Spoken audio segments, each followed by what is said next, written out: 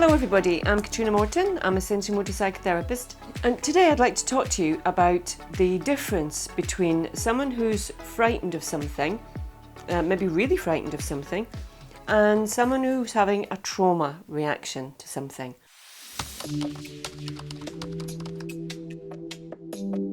A trauma reaction will include a phobic reaction in that because it's often rooted to something in trauma from early on in our childhood. We can be frightened of something and actually stay within our window of tolerance. And our window of tolerance is the capacity we have to cope with things, to stay present, to not dissociate, and to not go into fight, flight or freeze. When we're frightened of something, we might be quite near the top, but we still have our thinking brain on and we're still able to function. When it's a trauma response to something, then it triggers us very, very quickly. The traumas that we have are stored in the part of our brain called the amygdala, our smoke detector. And if something triggers that and it goes off, it takes our whole nervous system with it. It takes our frontal lobes offline and we go very quickly into functioning from a much more reptilian part of our brain, which is near the brainstem, and into a fight, flight or freeze response. It's not something that we have any control over. It happens extremely quickly and it can literally just take us out. What I mean by that is if it's a freeze response, then we'll just immediately freeze. Some people freeze and dissociate, so they're actually not even present. They can't hear you, they can't speak, they can't communicate, they're not aware of anything that's going on around them.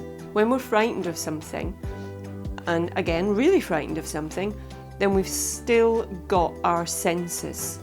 We're still able to hear, see, smell, communicate, speak, and we're able to do something, either run away from something or deal with it. We're able to function and make ourselves move and do something. It might be a bit scrambled and it might be a little bit kind of jumbly and chaotic, but we're still able to manage in that situation.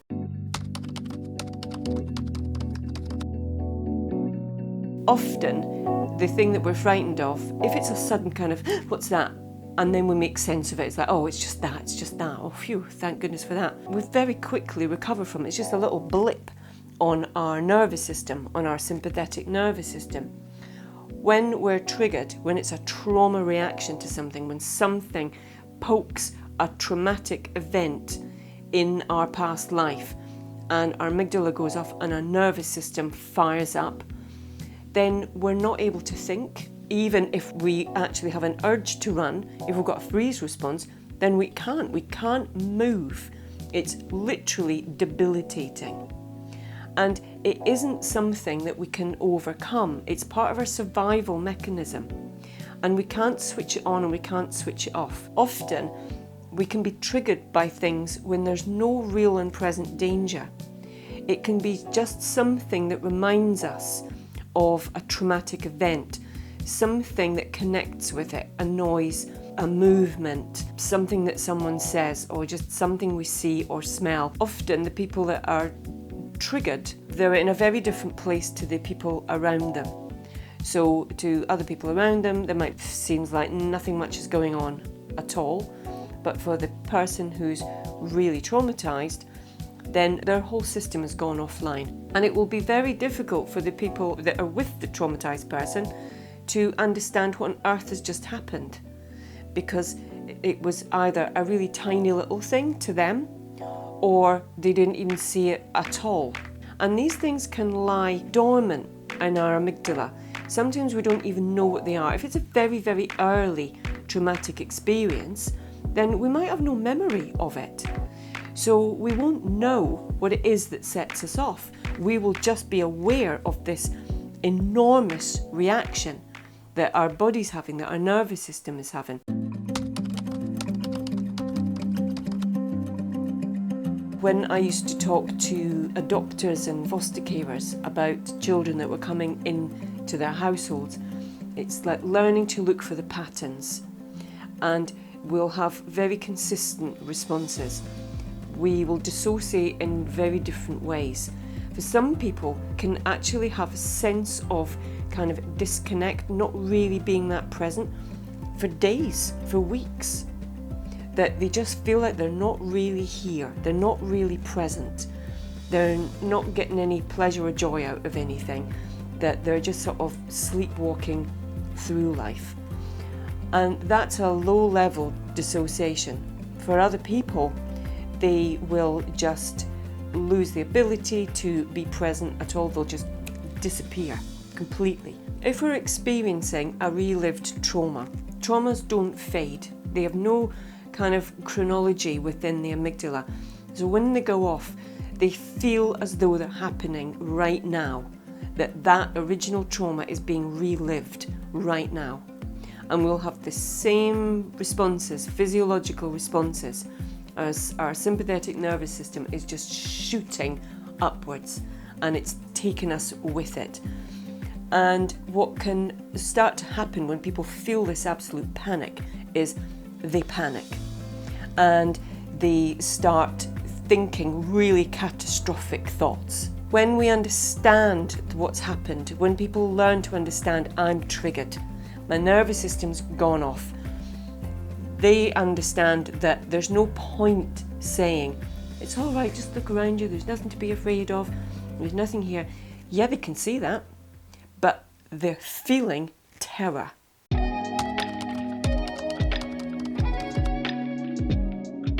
When we know it's a trigger, then we know it's not something that's happening right now. It's something that's happening from the past. So I will say to people, this isn't happening right now. People that have been working with me for a while, they know that, they get it. This is all happening in here. Our nervous system is throughout our body. So the panic alert has gone on through here. We have to be able to settle it. So recognizing what actually happens to us in those moments, we're all different. What happens to your breathing? What's happened to your arms and legs? I've got pins and needles all down my arms and legs, or everything's just absolutely frozen. If you're with someone who's in a freeze, you can't make them move. They're physically frozen in terror. So we've got to be able to get that level of fear and activation down. Find things that help the body settle so it can automatically and spontaneously begin to breathe. If we feel like we're completely losing sense of what's here, then we need someone to speak to us. Can you hear me? Can you hear that it's me? Do you know who I am? Can you remember my name? Can you remember where you are? Getting things into a very present moment, because they're in the past. Sensory things are brilliant.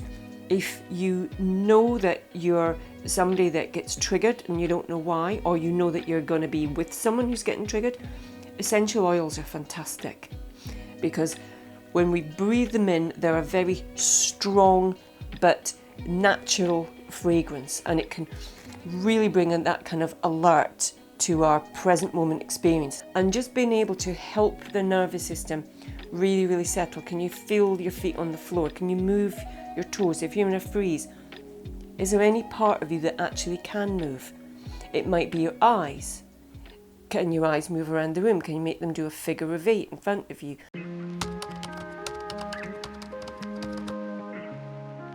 What you'll notice with someone who's in a freeze is that when they actually do find something that they can do, can you find a muscle in your body that you can tense? Even if it's only a little tiny bit, can you move your toes? Can you move your thumbs? When you get them to put all their awareness into that, your head can't catastrophize and panic. You've got a job to do. You're taking your awareness back to the body where it really needs to be able to start to settle it, to undo the freeze, to settle if it's a flight response, to be able to get the breathing back, to be able to get everything to just start to kind of settle and move and release itself. We're releasing ourselves from the past traumatic experience into the present moment, and anything you can use in the present moment, brilliant. Can you feel the sofa next to you when you tap it? Can you hear the noise? Can you feel the fabric? If you give it a squish, can you feel that it squishes? if someone's in the past, then none of those things are relevant. But all of these things are relevant in the present moment. And, you know, if you can understand that, both as a person who's triggered, it's like, I've got to get back to the present. I've got to get my parasympathetic nervous system to start kicking in so everything can start to come down. When we understand what's happening, it makes it much easier to know what to do about it. It can be very, very alarming being with someone who's dissociated, who can't hear you, they can't speak to you, they don't know what's going on around you. If you're ever going to like touch someone, then you check it out with them first, because you don't want to double trigger them. Okay, I'm going to move closer to you, I'm going to put my hand next to you, I'm going to touch your little finger next to my little finger. We move in very, very carefully, because when we're re-experiencing an old trauma, it's always terrifying. It's from a place of absolute terror. And so we have to be very, very slow, very, very gentle, and just allowing the person to come back in their own time.